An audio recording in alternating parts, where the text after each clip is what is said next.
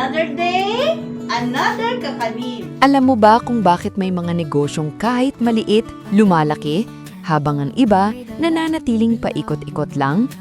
Hindi lang ito dahil sa sipag, kundi dahil malinaw ang kanilang vision at mission. Habang inaayos ko ang ating mga small at big kakanin bento, pag-usapan natin kung paano nga ba bumawa ng malinaw na direksyon sa negosyo. Ang business vision ay ang pangarap mo para sa iyong negosyo, kung saan mo ito gustong dalhin balang araw. Halimbawa, gusto mo bang maging kilalang brand ng kakanin sa buong bayan o maging top choice sa mga espesyal na okasyon? Samantalang ang mission naman ay kung paano mo makakamit ang pangarap na iyon. Ito ang araw-araw mong ginagawa mula sa pagpili ng dekalidad na sangkap, maayos na packaging, hanggang sa pagbibigay ng magandang serbisyo sa bawat customer.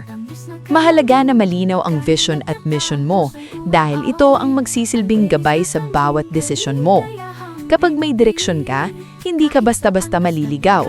Alam mo kung bakit ka nagsisimula at kung para saan ang bawat pagod mo. Sa negosyo, hindi sapat ang basta kumikita ka lang. Mas mahalaga yung alam mo kung saan ka papunta.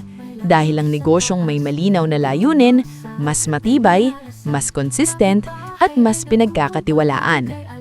Maraming salamat po kina Ma'am Michelle at Ma'am Ana ng Mauban, Quezon sa patuloy na pagtitiwala at pag-order ng aming kakanin. Malaking inspirasyon po kayo sa patuloy naming pag-asenso.